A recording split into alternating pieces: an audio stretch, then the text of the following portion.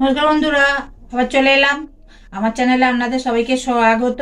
আজকে পাবদা মাছের ঝোল করে দেখাবো, পাতলা। দেখুন, পাবদা মাছ নিয়ে নিয়েছি 4 পিস। এটা এবার ভেজে নেব। নুন হলুদ মাখিয়ে রেখে দিয়েছিলাম, আগে থেকেই তেলটা বসিয়ে রেখে দিয়েছিলাম। তেলটা গরম হয়ে গেছে, এবার মাছগুলো দিয়ে দেব।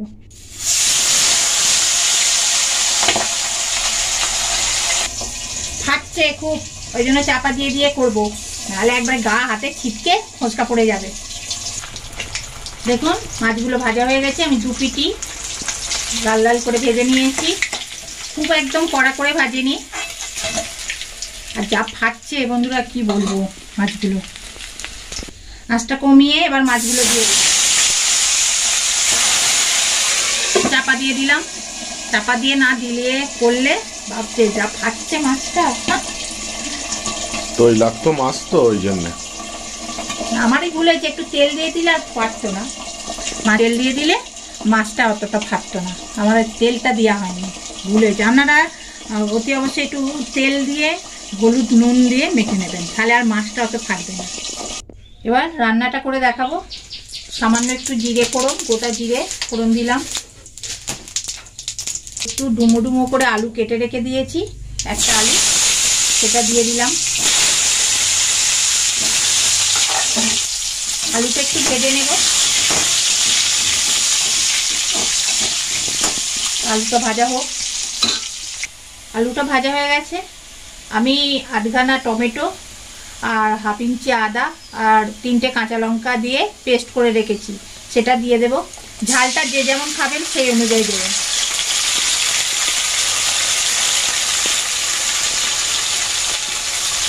মিষ্টিটা দিয়ে জল দিয়ে দেব।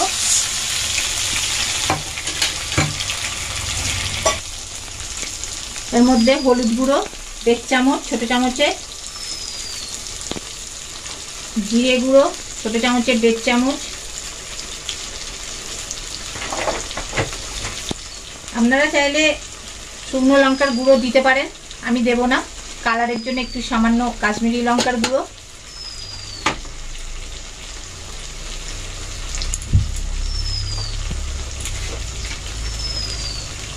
স্বাদ অনুযায়ী লবণ,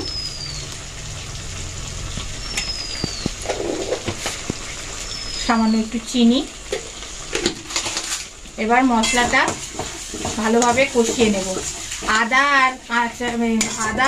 আর টমেটোর একটা কাঁচা গন্ধ থাকে, সেই গন্ধটা যতক্ষণ না যাবে ততক্ষণ ভালোভাবে তেলের মধ্যে কষিয়ে যেতে হবে।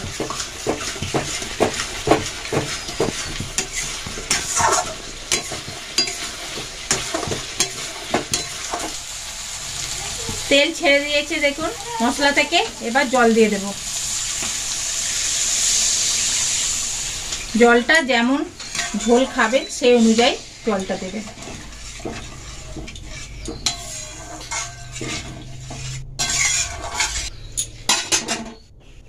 চাপা দিয়ে দেব, ঝোলটা ফুটলে তারপর মাছগুলো দেব। এবার চাপাটা খুলবো। দেখুন ঝোলটা ফুটে গেছে, এবার মাছগুলো দিয়ে দেব।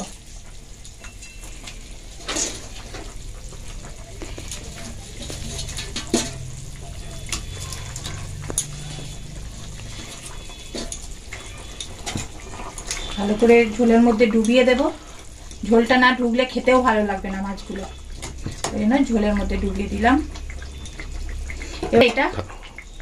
এবার এটা 5 মিনিট হোক, 5 মিনিট পর ফিরে আসছি। 5 মিনিট পর ফিরে এলাম। দেখুন কত সুন্দর হয়েছে, কালারটাও ঝোলের বেশ ভালো হয়েছে, আর পাতলা, খেতেও খুব টেস্ট হয় এরকমভাবে ঝোল করলে। এটা আমার শাশুড়ি মায়ের থেকে শেখা।